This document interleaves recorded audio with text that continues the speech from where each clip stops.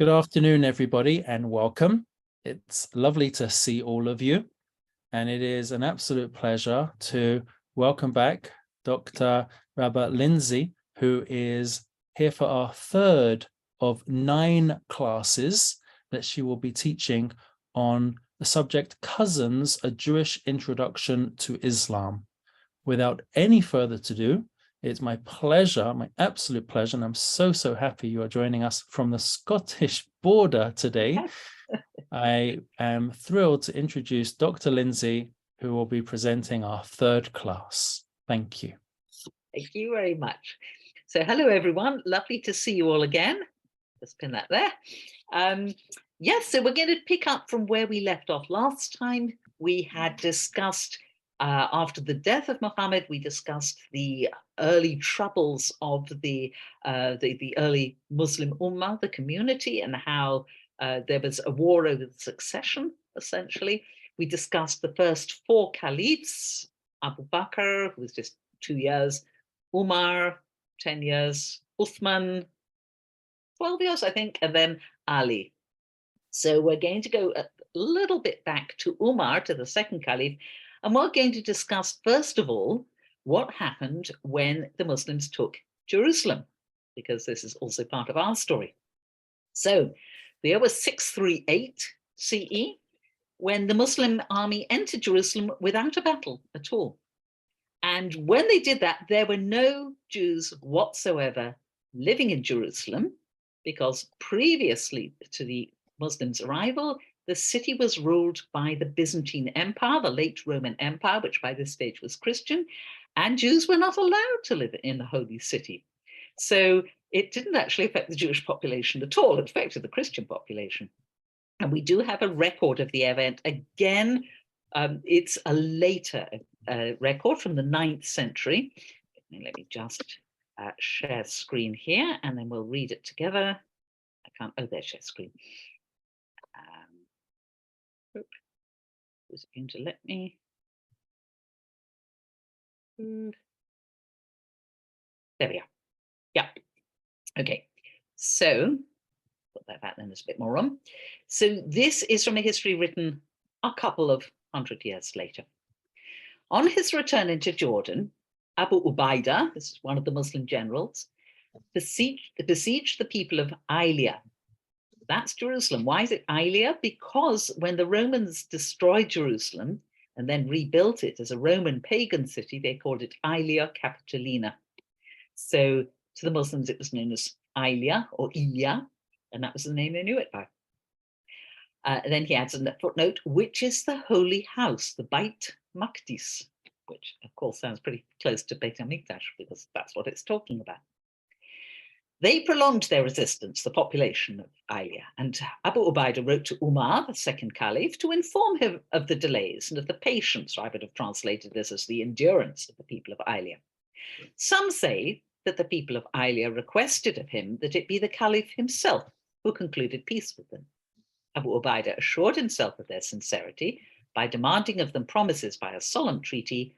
He then informed Umar, the caliph, who left Syria after naming Uthman ibn Affan as his deputy in Medina. And you'll remember that Uthman was the third caliph. Umar came to the region of Damascus, then he went to the holy house, took it without struggle, and sent the inhabitants the following written message. In the name of God, the compassionate, the merciful, this is a writing of Umar ibn al-Khattab to the inhabitants of the holy house. You are guaranteed your life, your goods, and your churches, which will be neither occupied nor destroyed as long as you do not initiate anything blameworthy. So basically, life can go on as before, just don't try fighting against us, and it'll all be very peaceful. Now, Jerusalem doesn't seem to have been a very important prize to the invaders. It wasn't an immense city at the time. The Muslims knew about the temple, the Beit al-Maqdis, the holy house, and they knew that was important to the Jews. And they seem to have taken great care to locate its site and treat it with respect. There had been a Byzantine church built on the Temple Mount, by the way, so that seems to actually have been destroyed by a Persian invasion in the 7th century, and it was in ruins. So the whole of the top of what we know as the Temple Mount was in a state of chaos at this point. And again, a much later account reconstructs or maybe preserves some traditions about what actually happened. So you can see the date of this next thing we're going to look at is 1351. That's a long time, that's 600 years later. So is this the preservation of tradition, or is it a made-up account? We don't know. It's the only account we have.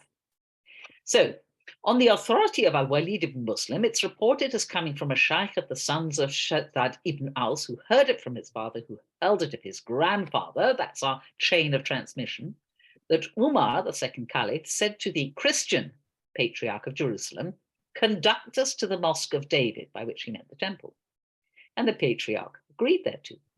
Then Umar went forth, girt with his sword, and with him 4,000 of the companions who had come to Jerusalem with him. And companions is a term for those who had met or lived with Muhammad and who died as Muslims. So it's the first generation of Muslims.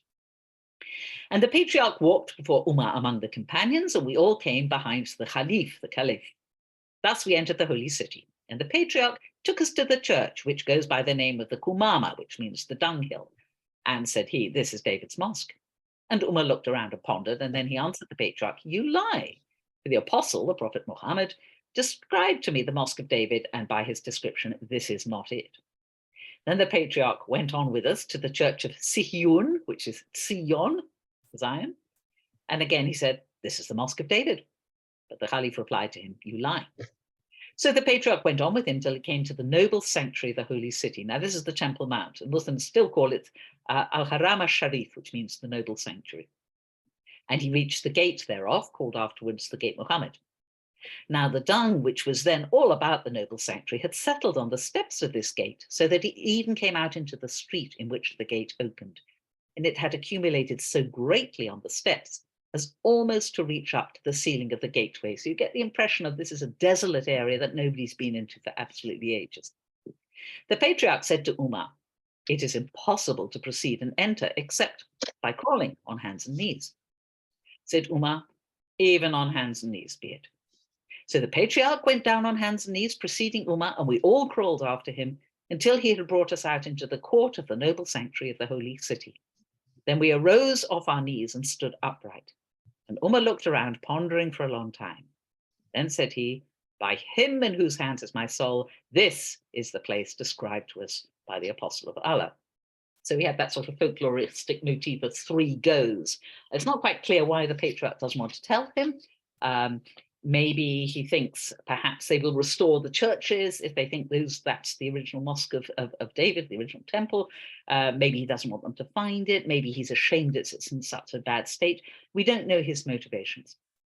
But we have other traditions from the Muslim side that record that Umar began to remove the accumulated rubbish with his own hands as a sign of respect for the place, and that he and all his followers cleared the site. Now, I have to tell you that academics are very doubtful whether Umar actually ever came to Jerusalem at all. So all this may be a fairy story, but this is certainly the later faith narrative of what happens when the Muslims take Jerusalem, recognition it as a holy site, recognition it as a temple there, and care and respect that holy site. So in the year 692, not that much later, a later caliph we haven't mentioned before called Abdul Malik commissioned the building of the Dome of the Rock, which happens to be, and this is, I always think is quite amazing, the Dome of the Rock is the earliest example in the world of any Islamic architecture. They just hadn't got around to building stuff before that. Remember, it was a tribal society, partly nomadic, on a huge project of conquest of falling empires. They weren't sitting around building buildings, but when they got to Jerusalem, they did. And it is Dome of the Rock that is #1 building. The El Aqsa Mosque, which is nearby on the Temple Mount, was built later by the next Caliph, Al-Walid, and that was finished about 705. There was an earlier small mosque there built by Umar, apparently, which didn't survive. So the building of Dome of the Rock is worth thinking about for a bit because it is so early and so unusual. First of all, the Dome of the Rock is not a mosque. It was not designed to be a mosque. It contains some mosaic inscriptions, some of which are the very earliest known quotations from the Qur'an in the entire world. We don't have any Quranic manuscripts that are as early as the Dome of the Rock. And they also include the earliest known mention of Muhammad himself, which you probably remember, his name only appears 4 times in the whole Quran, but his name appears in Dome of the Rock. I'm happy because here's another one, I think, I don't think somebody needs to mute themselves if they wouldn't mind. Thanks. So later Muslim tradition, much later Muslim tradition, says the building was built over the rock that bears a footprint of Muhammad from when he took a miraculous journey up to heaven. Well, first of all to Jerusalem and then up to heaven at night. It's known as the Isra. And the ascension to heaven is known as the Miraj, and those are staples of popular Muslim belief. But again, it's not very clear from the Qur'an. As we said before, the Qur'an doesn't tell you stories, it refers to things.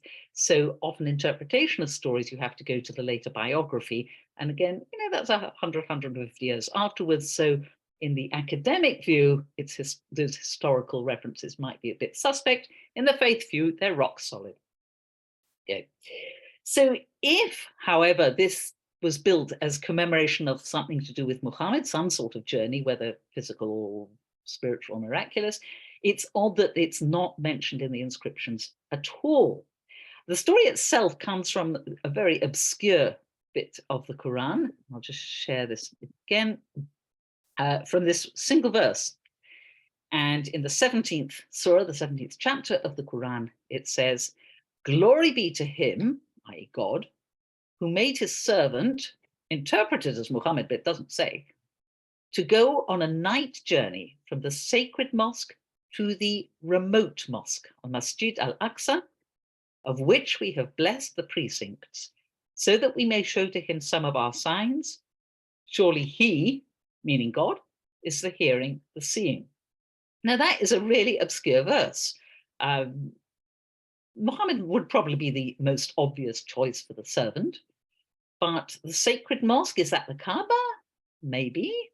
What is the remote mosque? It doesn't say where it is or what it is. It doesn't identify it. And it literally says al-Masjid, the mosque, al-Aqsa, the furthest away. So it is, you could say, later interpretation of the Quran that understands what we now call al-Aqsa mosque as the one referred to in this text. But that, I would say, is a universal faith belief in Islam. And you get nowhere going, well, it seems a little bit obscure to me in the Quran. How do you know? They just say, but we know. We have the hadith that explains it all. So again, academically, you might argue that that might not be what this verse of the Quran means. But in faith terms, no, this is absolutely definite for Muslims. They absolutely believe this. So again, if we go back to the academic view, what was Dome of the Rock? What was it built for? If we don't necessarily accept the Quranic evidence as a historical evidence of a miraculous flight to Jerusalem in one night from Mecca. So one possibility is that the building served a political purpose. It was constructed just when the Muslim empire was in the middle of yet another civil war. And at the time it was built, Mecca was in the hands of Abd al-Malik's rival, somebody called Ibn al-Zubair. So Abd al-Malik, though he was caliph, could not actually undertake the pilgrimage during pilgrimage season to Mecca, and none of his followers could either. So Abd al-Malik needed a rival place for pilgrimage, since Mecca was obviously out of bounds. And the circular shape of the Dome of the Rock suggests that it was designed to be a pilgrimage focus. And if you've ever seen pictures of the Hajj to the Kaaba in Mecca, you'll know that Muslims walk round the central Kaaba itself, the building, in circular fashion 7 times. And in this way, it's possible that Dome of the Rock was designed so you could walk around a rock at the center, which was seen or understood to be sacred. However, again, the inscriptions don't say anything about it being a place of pilgrimage at all. So what do the inscriptions say? Because they're probably pretty good evidence as to what Dome of the Rock was intended to be. Okay, and we have this first inscription. "O people of the book," which you know is a term that refers both to Jews and to Christians, "do not exaggerate in your religion, nor utter aught concerning God save the truth. The Messiah, Jesus, son of Mary, was only a messenger of God and his word, which he conveyed to Mary, and a spirit from him. So believe in God and his messengers, and do not say 3, which is obviously a reference to the Trinity." Okay, so this is downplaying Christian ideas of Jesus. He's not God, he's not the Son of God, he is only a messenger of God. Muslims do believe that Jesus is sort of engendered by a word from God, and he's understood as a spirit in some ways, but certainly not as part of God. That would be absolute heresy to Muslims. Cease, in other words, cease saying there's three parts to God. It is better for you. God is only one God. Far be it removed from his transcendent majesty that he should have a son. His, God's, is all that is in the heavens and all that is in the earth, and God is sufficient as defender. The Messiah will never scorn to be a servant to God, nor will the favored angels. And though Islam took over the title of Messiah, or Masih in Arabic, it doesn't really seem to have a particular Christian meaning and doesn't seem to have a particular Jewish meaning. It's just a title for Jesus. He's the Masih. And it doesn't seem to have any of the connotations of an anointed person sent by God, and there might be lots of them. It's just attached to Jesus. He's a Masih, and that's it.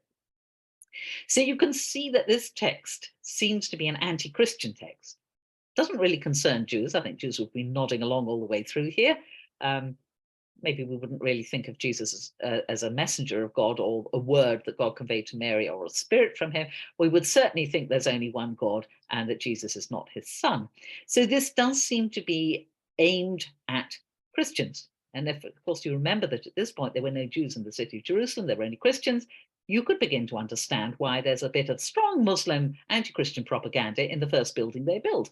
It would make sense. And the inscriptions also contain a quotation from the Qur'an, also about Jesus. Such is Jesus, son of Mary. This is the saying of truth about which they dispute. It beseems not God that he should take to himself a son. Glory be to him. When he has decreed a matter, he only says to it, be, and it is. And surely God is my Lord and your Lord, therefore serve him. This is the right path. This again is an anti-Christian text. Jesus doesn't have to be the Son of God. If God just wants a Jesus to exist, he just goes, exist, and Jesus exists. You know, all this nonsense about sonship is totally irrelevant to the all-powerful creator of the universe. We don't dispute that Jesus is a holy man, a prophet, a spirit of God. That's all fine, but he's not God's son. And this is clearly what this text is saying. And then making an appeal, God is my Lord and your Lord. We all worship the same God. You've just got some wrong ideas about him. So it seems, judging from the inscriptions, which are really our best form of evidence, that the Dome of the Rock was an architectural response and challenge to the Christian inhabitants of Jerusalem at the time.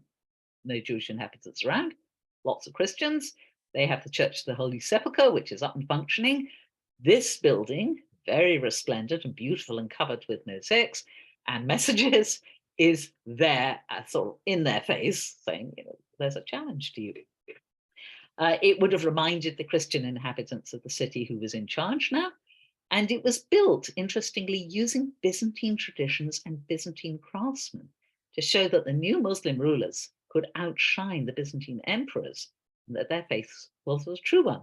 So as well as being the first Islamic building that's purpose-built, it's also a late Byzantine survival, because the mosaicists and all the rest of them came from the Byzantine tradition. And if you look at the mosaics in Dome of the Rock, they're exactly the same as you would find in Byzantine churches at the time, with the use of, if you've ever seen pictures, lovely gold-backed mosaics for the background of plants and flowers. And you can find this across the Byzantine world. So it was really a sort of, it conveyed a polemical message aimed at Christians. Jesus is not the Son of God. He's a prophet. He's like other prophets. And it's idolatrous to think of God as a trinity or a three-part God. There is no such thing. And Islamic theology is very strong on not associating anyone else with God. And you can parallel it exactly in medieval Jewish philosophy, the question of shituf, of co-opting somebody else to share the power of God. It's absolutely forbidden. Muslims call it shirk, and it's exactly the same idea of association of anybody else with the power of God. So the fact that it doesn't mention Jews is probably because there weren't any Jews there to be talked to at all. Later on, under Muslim rule, Jews did settle in Jerusalem because the Muslims did not keep up this banning of Jews in Jerusalem. It was no interest to them. Why couldn't Jews live there if they wanted to? So actually, Jewish resettlement of Jerusalem starts under Muslim rule. It could also reflect the fact that Jewish beliefs were a lot less problematic to the Muslims than Christian ones were. We don't have a Jesus. We think God is one. So, in a way, we're much more similar. To this day, the Jews and Muslims, when the Middle East doesn't divide them, were quite harmonious on theological matters in many, many ways. So, having considered the this particular relationship that Muslims had to Jerusalem, which would deepen over the years, but it was just one city, quite a holy city, but one among many at the time. We're going to move on to think about how the caliphate itself developed, because this is really the story of the rest of Islam in some ways. So we need to go back to political events and find out what happened after the death of Ali, who was the fourth of the set of rightly guided caliphs and was himself the first cousin of the Prophet Muhammad and also the husband of Muhammad's daughter Fatima. So he's both cousin and son-in-law, which gives him a very strong claim in traditional inheritance terms. You'll remember that Muhammad didn't have any sons, at least he had sons, but they all died in infancy. So in a way, the whole of Islamic history forms part of the search for the perfect Islamic society, the perfect ummah, and complete with the perfect leader. And that's really been going on since the death of Muhammad. And it includes the vital question of the nature of the religious duties and the prerogatives of the caliph. Everyone agreed that the ummah should be led by one male Muslim, but nobody agreed on anything else at all. His qualifications, the way in which he should be appointed, the nature and extent of his authority, the grounds for his removal, if there were grounds, if you could remove a caliph, not everyone agreed you could. So all that was up for grabs and dispute. And you could perhaps concentrate all those issues in one single question, which is, was the caliph just an ordinary human being in an extraordinary person, like a president or a tribal sheikh? Or should he be an extraordinary man who was specially chosen and given special gifts by God? And that really is the bottom question here. And there was a spectrum of possible answers. So at one end, you've got the caliph is an infallible source of religious guidance. He has authority because he is the caliph. Nobody can question him. And this is what you might call the prophet model. This is the model that is accepted by the Shiites, eventually, in the middle of all this stuff we're going to talk about. At the other end, the caliph is just a bloke. He's an ordinary human being. His authority derives from his faithfulness to Islamic law. If he made terrible mistakes, he could probably be replaced. And that was the position of the Kharijites, those who went out, those who abandoned the fourth caliph Ali because he negotiated. So for them, he made a mistake. Don't want him anymore. So that's more the tribal leader model, who can be removed if he doesn't live up to expectations. Eventually, a little bit later, a middle position emerges in which the caliph is not infallible and he doesn't have absolute authority, but he is the only person who has the right and the responsibility to exercise authority on matters of Islamic law. He's the chief decider because he has to lead a single people. And this is the sort of king model which comes in the middle, and it evolved really in response to the first two very extreme models, the prophet, God-given, to the tribal leader, can be deposed if we don't like him, and it's known as the Sunni compromise. So the Sunni position comes out of this opposition of two extremes, and it's somewhere in the middle. So how does this actually work out in history? If you remember last session, we talked about the fact that the fourth caliph, Ali, the one with the inheritance rights, apparently, was opposed by Muawiyah, who was the governor of Syria. He was the nephew of the third caliph. And after the fourth, Ali, gets killed, and his oldest son, Hassan, abdicates, Muawiyah becomes caliph. So he got his way in the end. He was never accepted by the people who supported Ali, the Shi'at Ali, the party of Ali. But Muawiyah was a very successful caliph. First thing he did, he moved the capital to Damascus. And he founded a dynasty, and that put off a whole load of Muslims who felt that you can't have a dynasty. You can't have a dynastic succession to be the leader of the Muslim Ummah. That's absolutely wrong. So he put off a lot of people that way. And his successors are known as the Umayyad dynasty after the clan to which he belonged, which is called Umayyad. So the Umayyads were around for quite a while.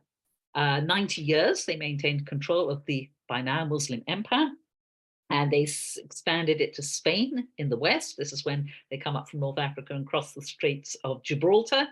Gibraltar is an anglicization of Jabal al-Tariq, the mountain of Tariq. Tariq was the general who crossed. And in the east, they expanded their sway to Afghanistan and as far as Samarkand. And they even attacked Constantinople, the capital of the by now very reduced Byzantine Empire, though they didn't actually take it. Muawiyah very sensibly used the local Christian bureaucracies that had existed under the Byzantines, and he used them to set up a whole administrative and tax system, a diplomatic bureaucracy. He maintained a huge army. He organized provincial administrative systems, and he laid the foundations of a religious bureaucracy. So it really becomes an empire now. It's not a whole load of marauding horsemen with an exciting new religion. Now it becomes sort of institutionalized, you might say.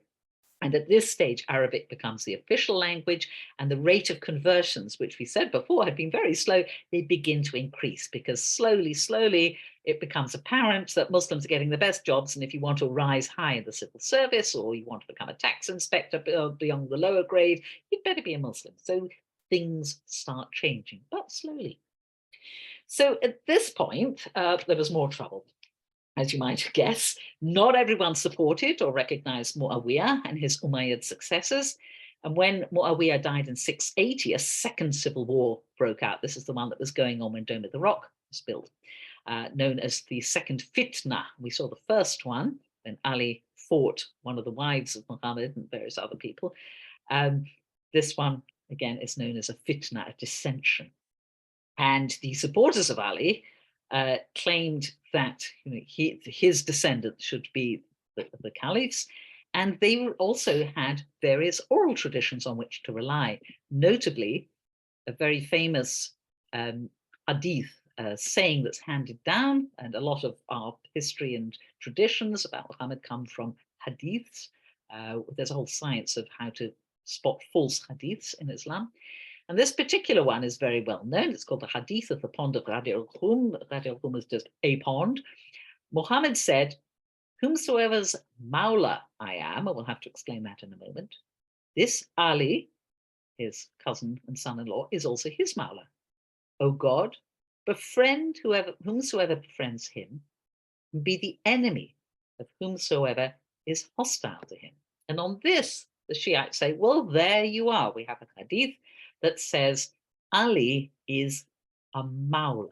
Now, it all hangs on how you interpret Mawla, clearly. Shiites interpret Mawla as master.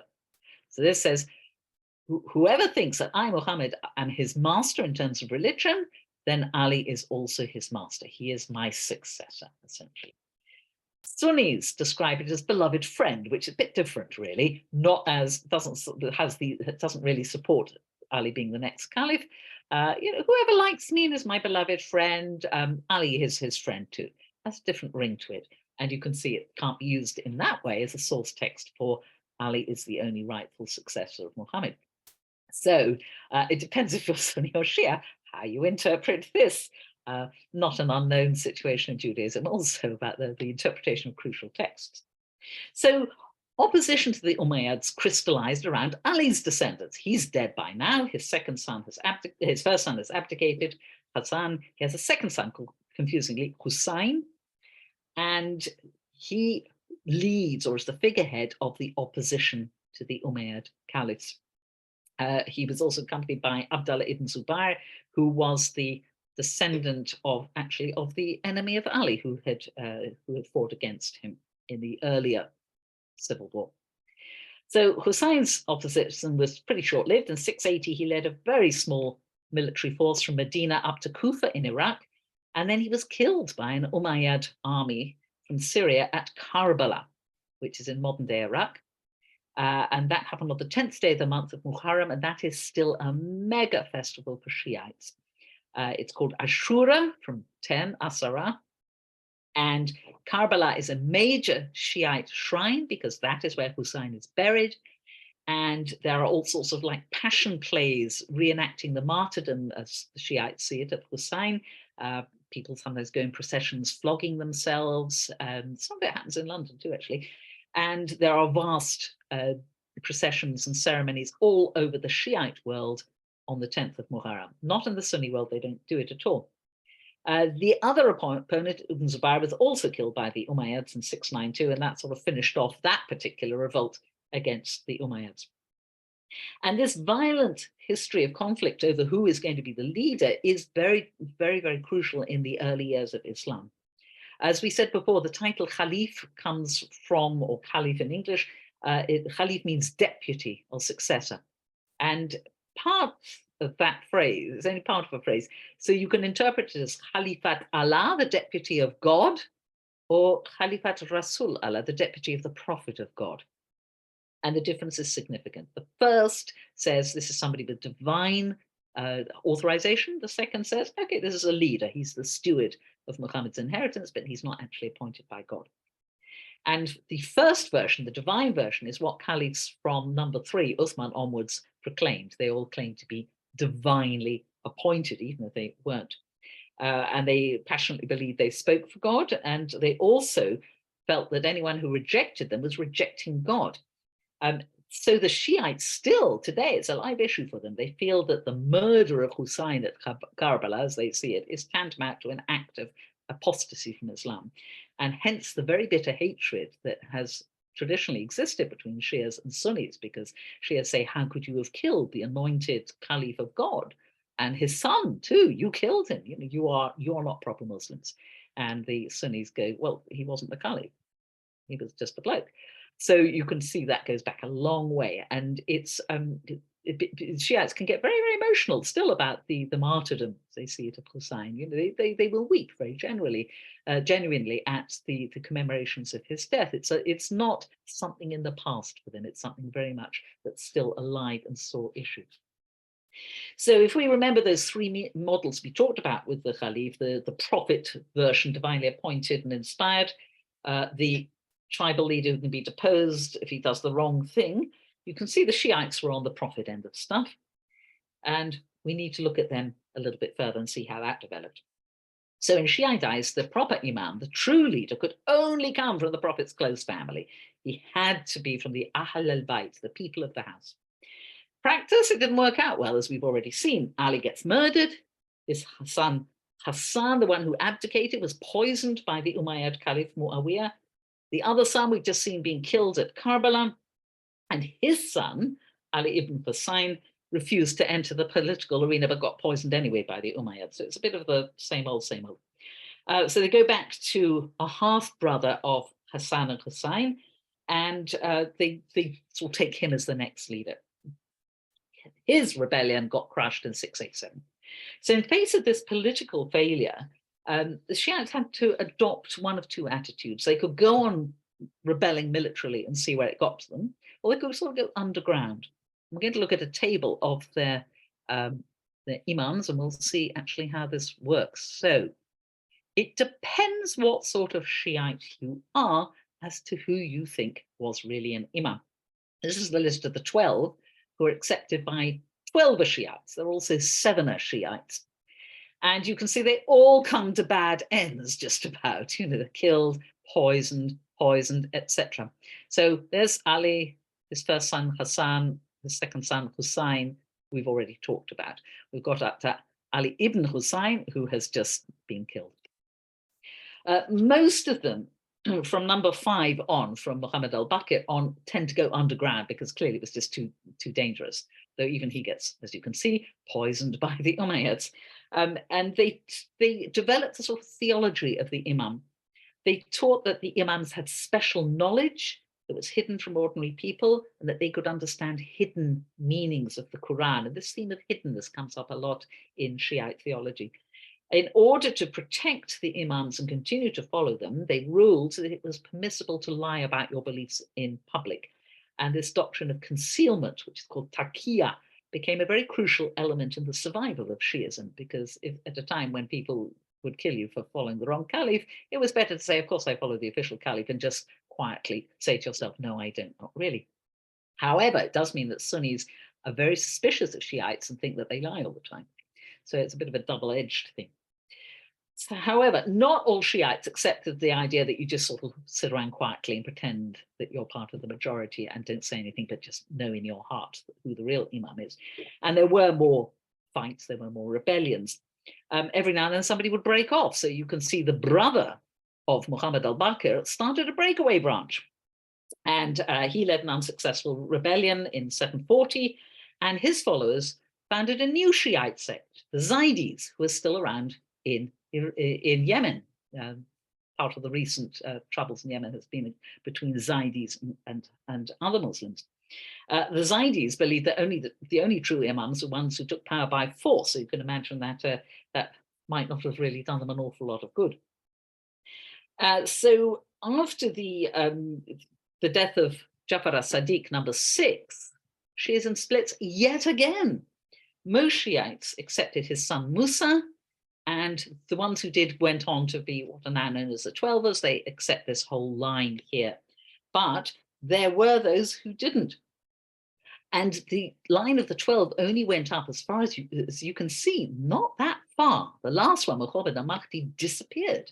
Nobody quite knows what happened to him, but the official version is God took him into concealment, what's called Rabba, and he was hidden from mortal view, but he's still alive. And for several decades, there were representatives of the Imam called the Babs, the gates, who would tell you what the Imam was thinking, but they also fell silent eventually. So Twelvers believe he's coming back. He went into occultation, or Rabba, in 874, but he is expected to come back. So Twelver Shiism is very messianic for this reason. And the gap that was left in, because you have to have some sort of religious leadership, was filled by scholars.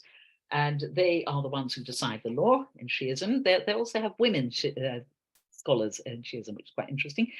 And this is the religion that's the majority in Iran. It wasn't always the majority in Iran, but it is now. Unusually, in modern Iran, scholars have assumed political power there. That was not at all usual in Shiism. Usually, they avoided that on theological grounds, that only the Imam can have political power, and we're not going to do it. But so the modern Iranian revolution is something that's quite new in the history of Shiism. So the other side of the split, not the Twelvers, but the other side, were people who followed not Musa, but his half-brother Ismail, and they are the origin of the Ismaili Shiites, you may have heard of. They were more activists. They sent out missionaries to India and North Africa, and they established Ismaili groups all over the Muslim world. It came out into the open in the 9th and 10th centuries. There were various branches like the Karmatis who established Ismaili states in Syria and Arabia. They had most of the Yemen by 905. Another branch emerged in North Africa and took over Egypt, and that's the Fatimid dynasty. You may have heard this is the time of Maimonides. They were actually Shiites ruling, Ismaili Shiites ruling Egypt at that point. And the Fatimid dynasty expanded enormously at the height of their power. They ruled North Africa, Syria, Sicily, Egypt, much of Arabia, and had Mecca and Medina too. And they lasted till 1171. When Salah ad-Din, who we know because he captured Jerusalem roughly the same time, he crushed the Fatimid dynasty. He was a Kurdish Sunni from up north in Syria. So he ended the Fatimids. But there are still a lot of Shiite factions around. The Nizari Ismailis are the people who you might know today as the followers of the Aga Khan. And they have a very interesting history that we can't go into. They were based in Syria in a mountaintop fortress called Alamut, from where they used to sally forth and assassinate people. In fact, the word assassin comes from Khashashin, people who take hashish in order to go off and kill people, and that was originally applied to this particular group of Ismailis. They're very peaceful today. They don't have any trace of that very violent heritage. They are now on their 49th Imam, who is the Aga Khan. There are about 12 or 15 million Ismailis in the world today, and they do all sorts of reconciliation projects and art projects and interfaith projects. They're lovely, peaceful people. There's a very nice Ismaili centre in London. So we won't follow all the Shiite groups because it's too complicated, but there are lots of them. Everyone sort of thinks Shiites Iran, but that's only actually one group. That's only the Twelvers, and the others are often. So that was the one end of the political spectrum. That was the true imam is a relation of the prophet and is divinely appointed by God, and we don't accept substitutes. The other end, as you remember, was the tribal leader. We can depose him if he puts a foot wrong. That was the Kharijite view. So what happened with them? They start when a band of Ali's followers walk out on him because he negotiates, and they don't think the true imam should negotiate, so they left him. And they had a slogan, La hukm ila lillahi, judgment belongs to God alone. So no arbitration, the only person who can arbitrate or judge is God. We're not accepting anyone who negotiates. They opposed Ali, they opposed Muawiyah, they opposed everyone really. They assassinated Ali in the end in 661. And they engaged in guerrilla warfare against the Umayyads. And during the second big civil war, they became a force to be reckoned with. And not surprisingly, they split into lots of factions themselves because they're constantly disagreeing about who was the correct leader. Again, we can't follow all the ramifications, but there are some groups who descend from the Kharijites, the Ibadis, who were powerful in North and East Africa and East Arabia. They're the only group really that survived into modern times, and they are in Oman. They don't see themselves as Kharijite at all. I've met Omani Muslims. They also actually see themselves as peacemakers, and they say, we're not Sunni, we're not Shia, we can mediate between the two. And they do a lot of interfaith stuff too. But historically speaking, they descend from the Kharijites who went around murdering people they disagreed with. So it's quite interesting how many of these groups turn quite peaceful over time and actually change their theological views. So what happens in the mainstream? We've talked about the Shiites, who were the mainstream for a few years under the Fatimids. We've talked about the Kharijites and their various splinterings. What happens in the middle? Well, the Umayyads finally get their comeuppance in the year 750 when they are replaced by another dynasty, the Abbasids. This was just a purely political takeover. But the Abbasids sort of tricked the Shiites into supporting them and then dumped them. They'd sort of been promising they'd make the Shiite imam into the caliph, and then of course they didn't. They were related to the Prophet Muhammad. They were descended from a man called Al-Abbas, hence their name, who was the uncle of Muhammad. So they were quite attracted to Shiites because they were of the Prophet's family. They also managed to do brilliant propaganda to get this Shiite support generally, and they squashed the Umayyads. So the Abbasids ruled from 750 for quite a long time, and they moved their power base to Baghdad. And they are important to us because, of course, in Baghdad, we had the whole Geonic period of the community of Iraq that centered in Baghdad. The exilarch, who was the Jewish descendant of King David, who ruled the Jewish community of Iraq, of Babylonia, lived in Baghdad. And it was Abbasid caliphs he was dealing with. So the Jews did pretty well under the Abbasids. There was a sort of golden age. For a while, non-Muslims were welcome to court. The second Abbasid Caliph al-Mansur set up a sort of proto-university in which philosophy and science and theology and grammar and literature and medicine and mathematics were all flourishing, and anyone who could teach or wanted to learn was very welcome there. Much of the literature of classical Greece and Rome was translated into Arabic at this point, and that set off the whole enormous Islamic philosophy movement, which in turn influenced Jewish philosophy in the Middle Ages. So we've got quite a lot to thank the Abbasids for, actually. The great yeshivas of Surah and Pumbedita from the Talmudic period moved to Baghdad because that was the center of power. They imported paper making from China, also the knowledge of gunpowder, maybe not such a good idea. You may have heard of the fabled Caliph Harun al-Rashid. He was a real person. He ruled 786 to 809, and he was an Abbasid.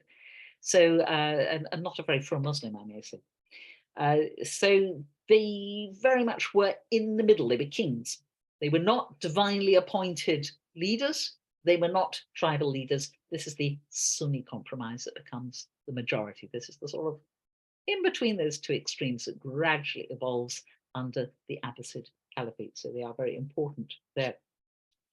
And this compromised position was enshrined by one of the great scholars of the time, Abu Hassan al-Mawardi. He wrote a book called The Rules of Governance, which was basically political theory. And he used the Hadith literature, these transmissions of tradition from the time of Muhammad, to discredit both the Shiites and the Kharijites. So here's a little quote from him. He's quoting earlier traditions. The Prophet said, "He who obeys me obeys God. He who disobeys me disobeys God. He who obeys the ruler obeys me. He who disobeys the ruler disobeys me. So there, the ruler, i.e. the caliph, is equated with Muhammad theologically.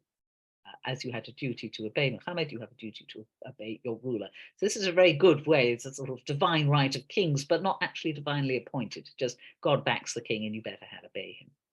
And here's some other examples. You will hear and obey the prince, even if he beats your back and steals your property. They, the rulers, will be judged for what they do. You will be judged for what you do. Whoever abandons the ruling power and separates from the general body of believers and then dies a pagan. So you can see all this props up the house of Abbas very, very well indeed. It's basically, we have the power and you have a religious duty to obey the person in power, and you don't have to worry about whether he's a relation of Muhammad and has got divine authority, and you don't have to, you cannot rebel against him if he makes a decision you think is wrong. You have to submit to him and accept his authority. And they entrench themselves very, very nicely in this amazingly huge Abbasid empire, which of course eventually broke up as all empires do.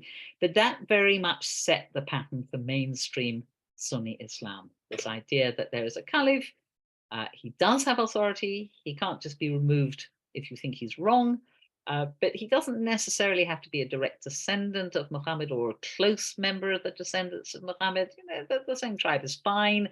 And once he's in position, you really have a religious duty to obey him. So this is the compromise, middle, king-like version. Put the three models here. So this political theory, you can see very clearly, emerges as a reaction to the very extreme ones on either side. And it essentially focused on maintaining the Ummah, the Muslim community, as a single, unified unit, even at the expense of ideal situations. I'm sure everyone would have said, well, ideally, Muhammad would have had a son and we'd have been ruled by his son and his son's son and so on. But that didn't happen. We have to make alternative arrangements. And another element that was clearly designed to stop any Kharijite tendencies of, I don't agree with them, kicking him out, is the Sunni insistence that the only person who can be a caliph does have to come from Muhammad's tribe, much wider pool than Muhammad's own particular family. So that pushes out that anyone can be a caliph. The Kharijites, or even a slave, could be a caliph if he was very, very pious and made the right noises and did things they agree with. So the Sunni position ended up being quite flexible. There were several ways of appointing a caliph. It could be the designation of a successor by a ruling caliph. It could be qualified electors choosing a caliph. It could even be one person who decided who the next caliph was. In practice, it was usually the son or one of the sons of the preceding caliph, and of course there were wars about that, as there always are with dynasties. But it was a fairly flexible system, and it worked pretty well, really down to almost modern times, when the caliphate eventually becomes abolished in the 20th century. It had got stuck onto the Ottoman sultans. But when the Ottoman Empire was disbanded, World War I, the caliphate went with it. And if we have time, we might talk later about modern movements that want to return to a caliphate, and of course the fact that they're never all going to agree. It's a bit like, you know, trying to find a chief rabbi for all the Jews. It's just not going to happen. So, but it's still an ideal. Muslims feel quite, I think they feel quite wistful about the time when they were all one people and they only had one caliph, and there was this unity among the people. And it's a state of affairs they would like to get back to, as you know, well, all of us would like to be more unified than we are, I suppose. You know, the Catholics have managed it, but even then, you know, there are complaints against the Pope. Not everyone likes him. You know, there's this sort of view, not my Pope, which we see in Britain actually. There's also not my chief rabbi. So you can't ever please everyone, I think, is the lesson for humankind. But there is a sort of longing, I think, in all of us to have clarity, to have leadership that's underwritten by God, that we always know is going to be right. And it's something that perhaps is a dream that some of us haven't really thought about, but I think it's much more real for Muslims, this idea about, oh, we did actually achieve it once, a long time ago, why can't we be back there again? So just to summarize, Islam was very much shaped by the struggle for authority after Muhammad's death. we have these three positions, the Kharijites, anyone can be caliph. You have to remove immoral leaders, their tendency to assassinate leaders they didn't like, and this endless fission into lots of groups who all thought they had the right leader. Not a major player now. Gone with the winds, really. I think they just, they split into too many sects. On the other side, the Shiites, only descendants of Muhammad, can lead the Ummah. However, splits when brothers go different directions and different people accept them. The dying out of the imams, the reaction to that by saying he's there really and he'll come back. Very similar, by the way, maybe I should say al-Havdil here, to what happens when the 7th Lubavitcher Rebbe dies. Immediately a succession crisis. Like, what do? Do you say he's coming? Some people thought he was coming back.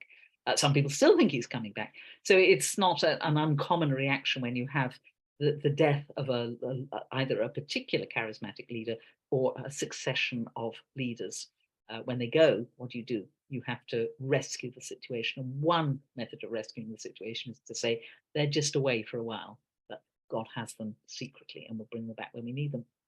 And then in the middle, we have the king model of the Sunni compromise.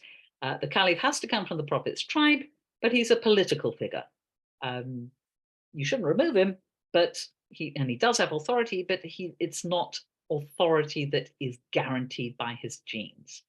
And you certainly can't chuck him out if you disagree with him. So, any questions? I know that was quite a large amount of information, but it's going to be quite useful when we talk more about developments in Islam and about theology, because if you don't know this sort of authority fight, you can't understand the rest of it. So if anyone's Dr. Lindsey, I have a question. The hidden imam, the 12th, the Mahdi, is walking around, and we don't know who that. Is there any way of recognizing? From what I understand, he's not walking around. God has him. He's in occultation. He's in a secret place with God, and when God decides, right, he'll put him back. It's a little bit like our Mashiach concept, and there is a strong messianic flavor to 12 Shiism, and it has been reported even from, for instance, events as recent as the Iraq-Iran war. There were reports of soldiers seeing the Mahdi, the Imam, to come, urging them on. So I think it's well known that all religions have visions of what is appropriate to their religion. Hence, Catholics see the Virgin Mary, and Jews don't. And Shiites, if they have visions or if they have dreams about the Imam who's coming back. So he's still an active idea for Shiites, and in that way, there are similarities with Judaism, with developing this very strong messianic understanding and feeling, and also the feeling that everything will be right when he comes. God will sort it all out. He'll send us the Imam, and everything will be lovely, which is, again, quite like us in some ways. I have to say, we don't have very many signs about who's going to be Mashiach either. I mean, we sort of think of him not so much as in a secret place with God, but as somebody waiting to be born. And there are all these traditional things about he'll be born on Tisha B'Av, and there'll be periods of wars before he turns up, though that gives you a lot of choice. So I can't say we have very, very strong and clear indications either. Any other clarifications or questions? Incredible.